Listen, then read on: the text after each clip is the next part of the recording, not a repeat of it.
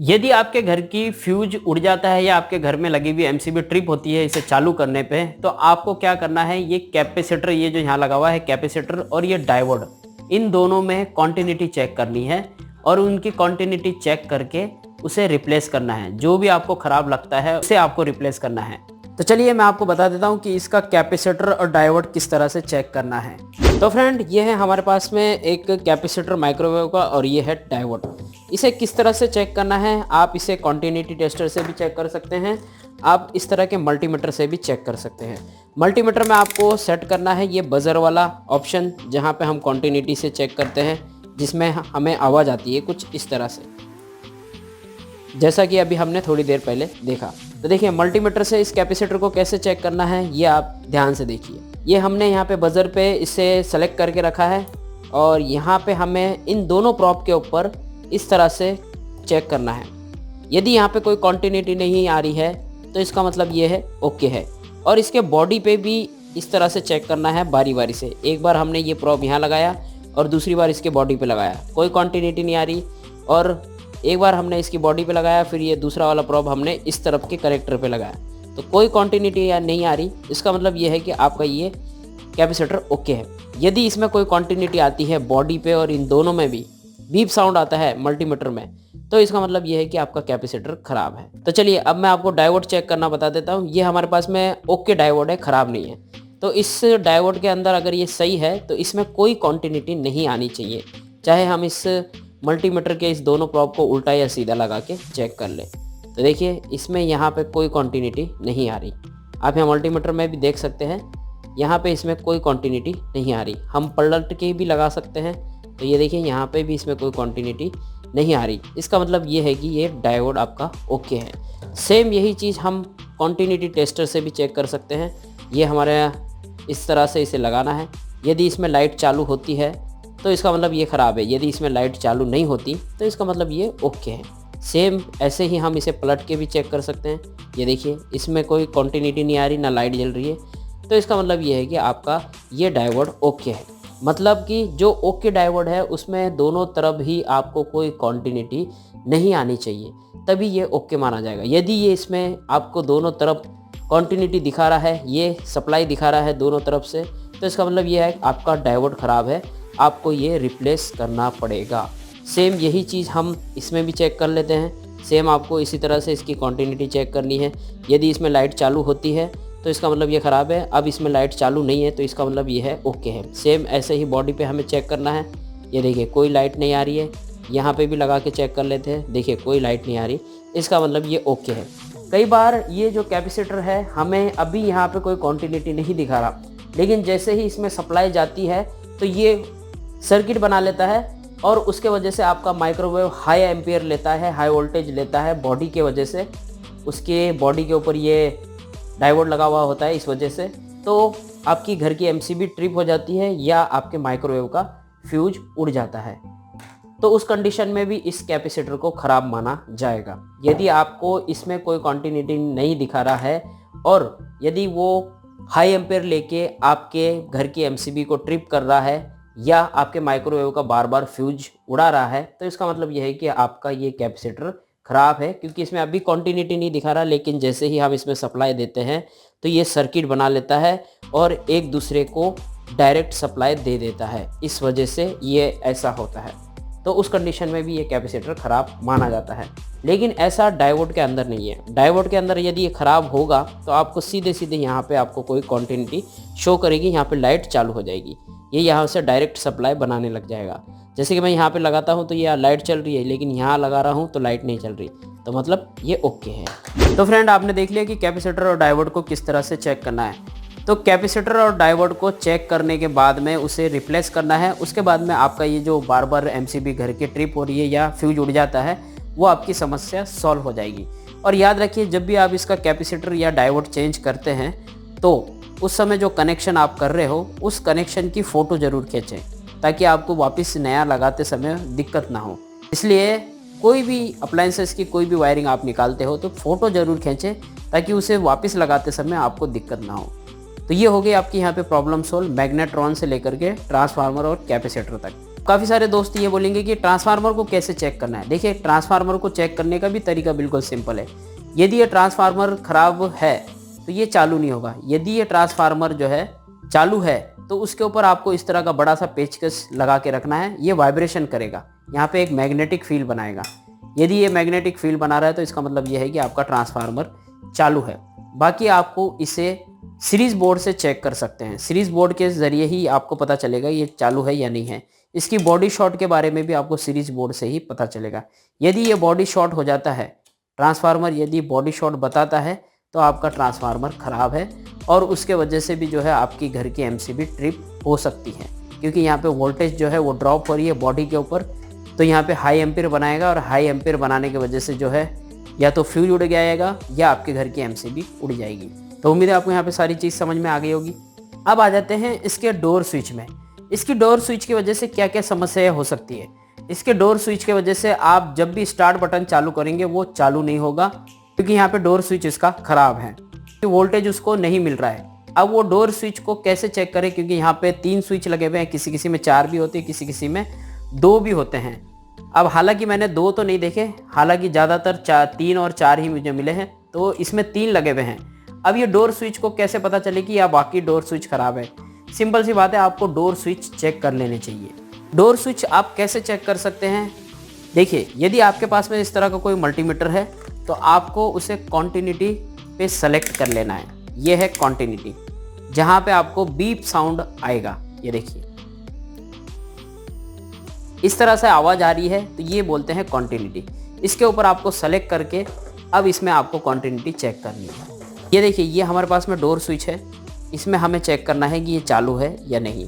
तो इसमें देखिए, मैं इसे वायर लगा रहा हूँ तो कोई कॉन्टिन्यूटी नहीं आ रही, लेकिन जब मैं इसका बटन दबाऊंगा तो ज़रूर आवाज़ आएगी। देखा, तो ये डोर स्विच ओके है। यदि इसमें इस तरह से कोई कॉन्टिन्यूटी नहीं आती है तो इसका मतलब ये है कि आपका डोर स्विच ख़राब है। ये वाला कॉन्टिन्यूटी टेस्टर से भी आप चेक कर सकते हैं। ये देखिए, ये मैंने यहाँ लगाया और ये यहाँ लगाया। ये हल्की सी लाइट आ रही है क्योंकि इसके अंदर वोल्टेज इसे मिल रहा है, क्योंकि कंपोनेंट जो इलेक्ट्रॉनिक कंपोनेंट लगे हैं उसका वोल्टेज इसमें मिल रहा है। अब जैसे ही मैं स्विच दबाऊंगा तो इसकी लाइट जो है फुल हो जाएगी। ये देखिए, अब छोड़ता हूँ तो बंद हो गई। ये देखिए, ये चालू। अगर इस तरह से इसमें कॉन्टिन्यूटी आ रही है तो इसका मतलब ये ओके। अगर इसमें कोई कॉन्टिन्यूटी नहीं आ रही तो ये ख़राब है। लेकिन मैं आपको सजेस्ट करूँगा कि आप जब ये डोर स्विच को चेक करें तो कोई भी एक वायर, इस डोर स्विच पे लगी हुई कोई भी एक वायर को थोड़ी देर के लिए निकालें, उसके बाद में आप इसे चेक करें, ताकि आपको प्रॉपर पता चले कि ये डोर स्विच चालू है या नहीं है। तो डोर स्विच ख़राब होने की वजह से भी जो है आपका माइक्रोवेव वर्क नहीं करता। इससे पहले मैंने वीडियो बनाया था, अगर आपने वो वीडियो नहीं देखा तो वो भी आप वीडियो आई बटन पे क्लिक करके देख सकते हैं। अब इसमें लगे हुए डोर स्विच जो है वो 2 टाइप के आते हैं। जैसा कि आपने देखा कि यहाँ पे ये बटन अभी बंद है तो इसमें कोई कॉन्टिन्यूटी नहीं आ रही, और जैसे हम इसे दबाते हैं तो इसमें कॉन्टिन्यूटी आती है। वैसे ही एक हमारे पास में ये डोर स्विच है, इससे हम यहाँ पे कॉन्टिन्यूटी चेक करेंगे तो ये देखिए कॉन्टिन्यूटी आ रही है, और जब हम इसे दबा देंगे तो ये बंद हो जाएगा, कोई कॉन्टिन्यूटी नहीं आ रही। तो इस तरह का भी एक स्विच इसके अंदर आता है। अब वो कौन सा है मैं अभी आपको दिखाऊंगा, तो वो आपको अभी यहाँ पे खोल के दिखाना पड़ेगा सारी चीज़ें, लेकिन उसके वजह से वीडियो काफ़ी लंबा हो जाएगा। बस आपको ये ध्यान रखना है कि आपको यहाँ पे स्विच चेक करने हैं। कोई भी स्विच में बटन दबाने पर वर्क कर रहा है, देखिए इस तरह से ये मैंने बटन दबाया और छोड़ा तो ये चालू है, मतलब कि लाइट बंद भी हो रही है और चालू भी हो रही है। तो इसका मतलब ये स्विच बिल्कुल चालू है, ये ख़राब नहीं है। तो इस तरह से आपको यहाँ पे डोर स्विच को भी चेक करना है। उसके वजह से भी जो है आपका माइक्रोवेव जो है वर्क नहीं करता है पूरी तरह से। अब आ जाइए थर्मोस्टेट के ऊपर, जिसे मैंने OLP भी बोला है, ओवरलोडर भी बोला है। जब हाई एम्पियर आ जाता है तब ये बंद कर देता है इस माइक्रोवेव को। मैं मतलब कि पूरे माइक्रोवेव को बंद नहीं करता, ये ओनली आपके जो ट्रांसफार्मर है इसको भी बंद करता है और ये चलने नहीं देता। तो यहाँ पे इसे कैसे चेक करें, बिल्कुल सिंपल है, मैं इसे निकाल देता हूँ। इसे कैसे चेक करना है, इससे भी आपको मल्टीमीटर में कॉन्टिन्यूटी टेस्ट चेक करने का जो ऑप्शन है उसी से आप चेक कर सकते हो, या फिर इस कॉन्टिन्यूटी टेस्टर से चेक कर सकते हो। ये देखिए इसमें लाइट आ रही है, इसका मतलब ये ओके है। यदि इसमें लाइट नहीं आती है तो इसका मतलब ये ख़राब है, ये अंदर से ख़राब हो चुका है। सिंपल है। यदि इसमें लाइट आ रही है, कॉन्टिन्यूटी आ रही है तो ये चालू है, यदि कॉन्टिन्यूटी नहीं आ रही तो ये ख़राब है। इसे इस तरह से चेक करते हैं। दोनों भी सेम है, एक जैसे ही है और दोनों का काम भी एक जैसे है। एक आपके मैग्नेट्रॉन के लिए लगा हुआ होता है और एक हीटर के लिए लगा हुआ होता है। अब आप कहेंगे कि ये कैसे पता चले कि ये वाला ही मैग्नेट्रॉन का है। तो बिल्कुल सिंपल है, आप इसकी वायर लीजिए।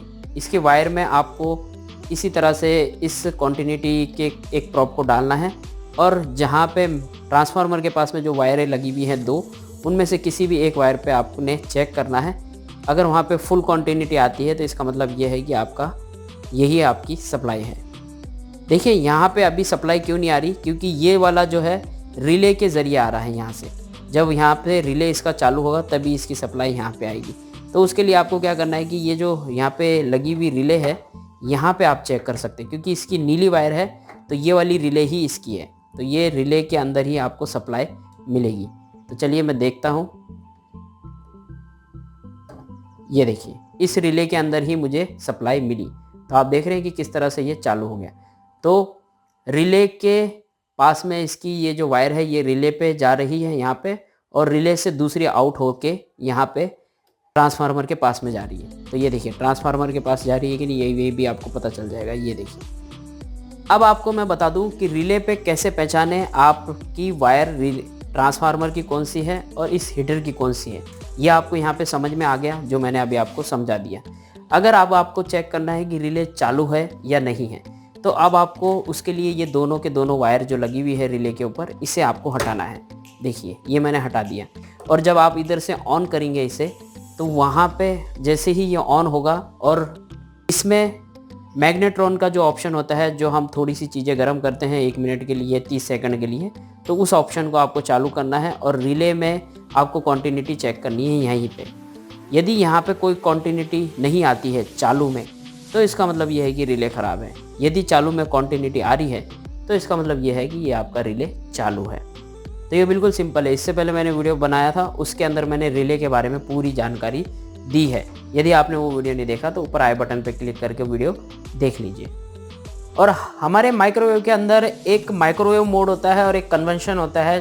अब पूरी तरह से मुझे भी नहीं पता, क्योंकि इनकी सेटिंग के बारे में मुझे ज़्यादा पता नहीं है। इसके रिपेयरिंग के बारे में मुझे पूरा पता है।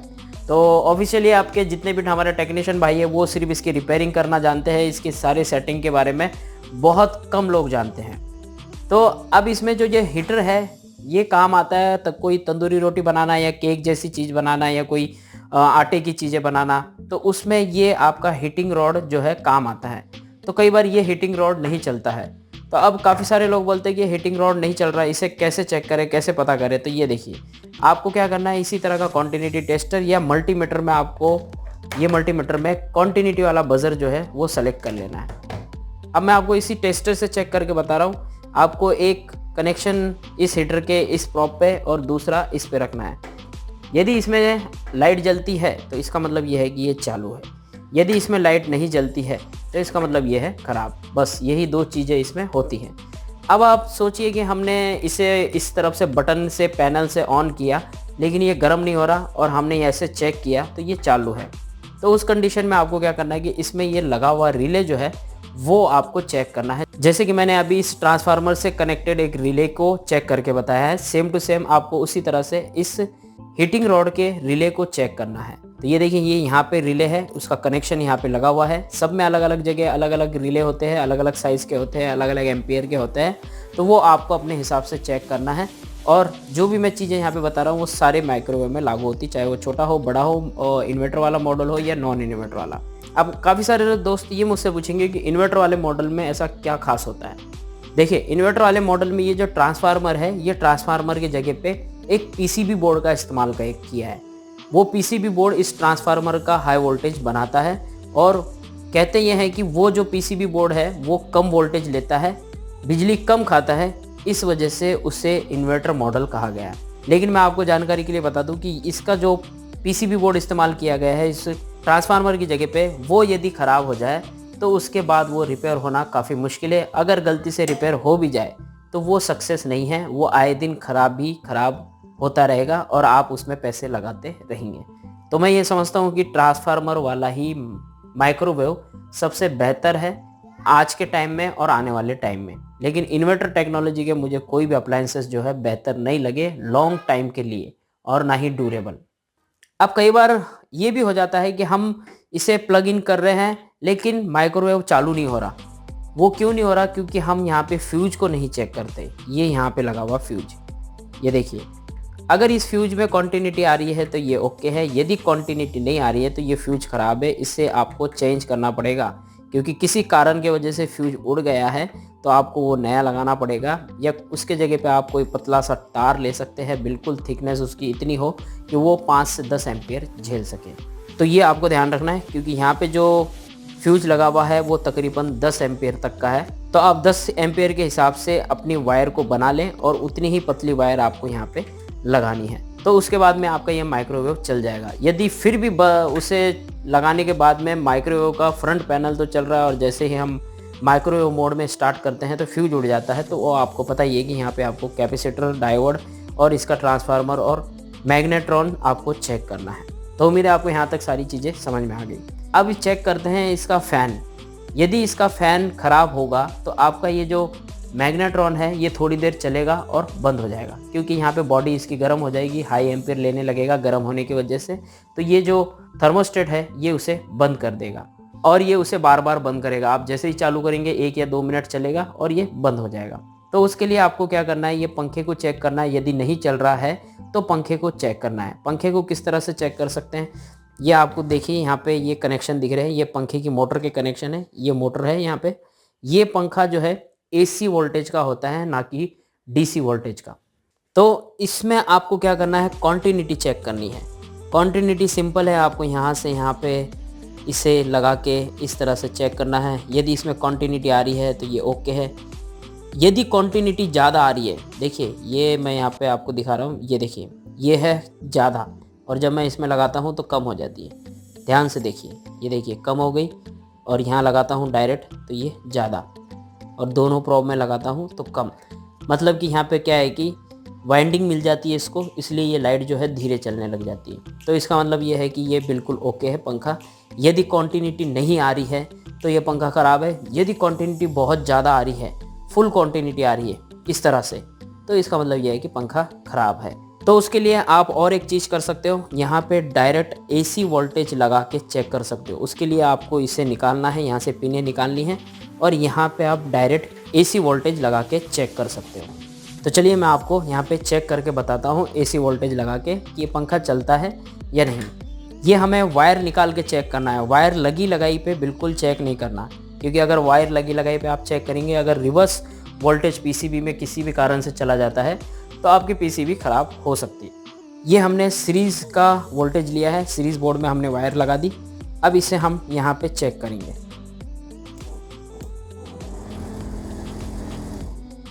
देखा आपने कितनी बढ़िया तरीके से और स्पीड में चल रहा है। तो ये आप इस तरह से इसे डायरेक्ट चेक कर सकते हो AC वोल्टेज देके, वो भी सीरीज़ में। ध्यान रखिए कि आपको डायरेक्ट वोल्टेज नहीं देना है, सीरीज़ में देना है बल्ब के ज़रिए।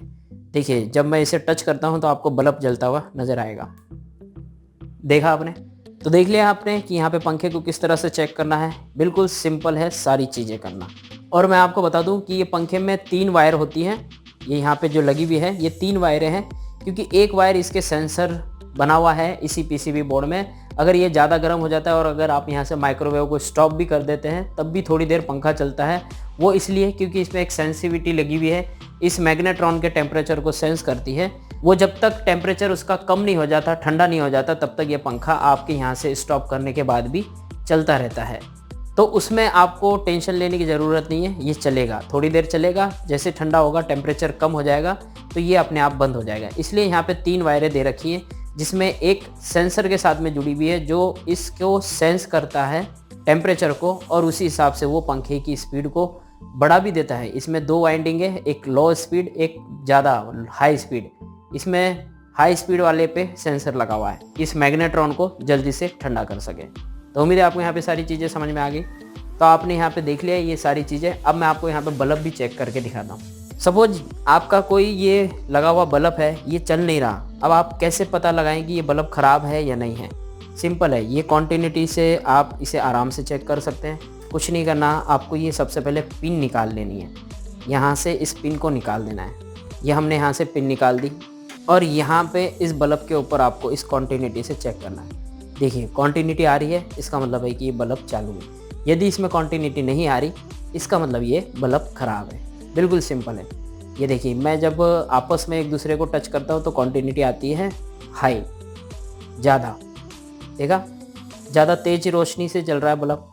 और जब मैं इसे यहाँ पे लगाता हूँ तो कम चलेगा, क्योंकि यहाँ पे जो है डिवाइड हो गया, कॉन्टिन्यूटी मिल गई इसको। इस वजह से ये जो है धीमे जल रहा है और ऐसे लगाते हैं तो तेज़ चल रहा है। तो इसका मतलब ये है कि आपका बल्ब चालू है। अगर ये बल्ब ख़राब हो जाता है तो इसे निकालना भी बिल्कुल सिंपल है। मार्केट से जाइए, इस बल्ब को निकाल के ले जाइए, इस तरह से मार्केट में जाइए और वहाँ से इसका नया बल्ब इसी तरह का चेंज हो जाएगा। तो आजकल जो है इसी टाइप के एलईडी भी आती है, एलईडी लाइटें बल्ब की जगह पे, तो आप वो भी लगा सकते हो। तो ये हमने वापस लगा दिया और इस वायर को हमने यहाँ पे लगा दिया। तो यहाँ पे हमने सारी चीज़ें के देख ली। पीसीबी बोर्ड को छोड़ के हमने बेसिक सारी चीज़ें देख ली कि माइक्रोवेव को किस तरह से आइडेंटिफाई करना है यदि उसमें कोई प्रॉब्लम आ जाती है तो। जैसे कि अगर माइक्रोवेव गर्म नहीं हो रहा तो वो भी हमने प्रॉब्लम देख ली। यदि आपके एमसीबी ट्रिप हो जाती है, आपके घर की लाइटें बंद हो जाती है, वो भी समस्या हमने इसमें समझ ली। हमने किस तरह से कैपेसिटर को चेक करना है, किस तरह से पंखे को चेक करना है, किस तरह से यहाँ पे कॉन्टिन्यूटी से इनके पार्ट्स जो दिए हुए हैं उसे चेक करना है, डोर स्विच को चेक करना है, वो टोटली मैंने यहाँ पे आपको सारी चीज़ें स्टेप बाय स्टेप बता दी। फिर भी अगर कुछ रह जाता है तो आप नीचे कमेंट करके ज़रूर बताइए, इसका अगला वीडियो हम ज़रूर बनाएंगे। वैसे भी हम आगे। तो दोस्तों देखा आपने कि यहाँ पे हमने सारी चीज़ों को डिटेल में देखा और एक एक स्टेप बाय स्टेप देखा। फिर भी अगर कोई चीज़ छूट जाती है या कुछ चीज़ रह जाती है तो आप नीचे कमेंट करके या इंस्टाग्राम फेसबुक पे मुझे बता सकते हैं, मैं वहाँ पे उसका रिप्लाई ज़रूर करूँगा। अभी हमने जो भी चीज़ें इसमें देखी वो माइक्रोवेव को बंद करके देखा।